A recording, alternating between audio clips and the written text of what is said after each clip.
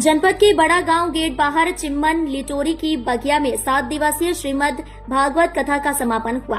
भागवत कथा भाषण के लिए वृंदावन धाम से पधारे खिलन कृष्ण शास्त्री ने श्रोतागणों को भागवत कथा कर सुनकर मंत्र मुग्ध कर दिया। कार्यक्रम के अंतिम दिन समापन के साथ विशाल भंडारे का आयोजन भी किया गया। इस अवसर पर मुख्य अतिथि के रूप में समाज सेवी डॉक्टर संदीप सरावगी उपस्थित रहे। कार्यक्रम को सफल बनाने में मुख्य रूप से अंकुर गोस्वामी, जगदीश प्रजापति, नीरज साहू, संजू तिवारी का विशेष योगदान रहा। इस अवसर पर डॉक्टर संदीप ने कहा, भागवत में ज्ञान योग, कर्म योग, समाज धर्म, स्त्री धर्म, आप धर्म, राजनीति आदि का ज्ञान भरा है। यह एक ऐसा शास्त्र है कि जिसके सुनने से और उसका अनुसरण करने से जीवन से संबंधित सभी प्रश्नों का उत्तर पाया जा सकता है।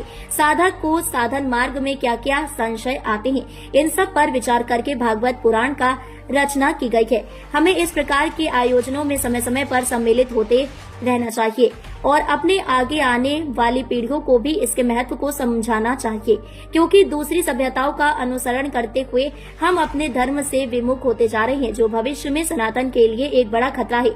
हमें अपने वेद पुराण आदि धर्म ग्रंथों को कुछ समय निकालकर नियमित रूप से पढ़ना चाहिए। इन्हें पढ़ने से निश्चित रूप से आपके जीवन में सकारात्मक बदलाव आएंगे।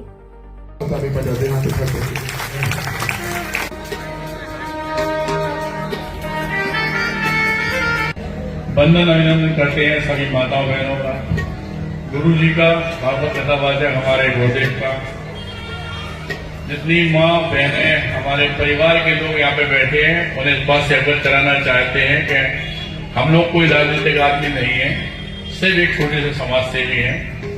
हम लोगों का सुबह से संघर्ष सेवा समिति के नाम से हम लोग सेवा का काम करते हैं। एसएन टावर झोपन बाग में हम लोगों का ऑफिस है, जहां पर किसी भी बेटी जिसके माँ बाप नहीं है, भाई नहीं है, उन बेटियों का कन्यादान तक हम लोग लेते हैं, श्रृंगार हम कराते हैं, उसके दुख में सुख में काम करते हैं।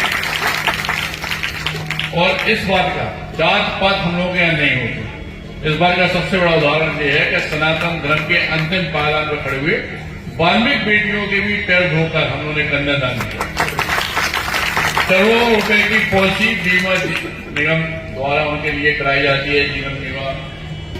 अगर वो बेटियां राखी बांधने के लिए हम लोग के ऑफिस में आती हैं तो स्थिति यह है कि सारी किस्तें हम ही लोग, पढ़ाई लिखाई हो किसी बच्चे की, वास्तविकता में आगे बढ़ना चाहता हो, इस देश को गौरवान्वित करने का काम कर रहा हो, इस बुंदेलखंड की धरा को गौरवान्वित करने का काम कर रहा हो, तो वहां पे भी हम लोग तन मन धन सारी चीजों से उनकी सेवा करते हैं।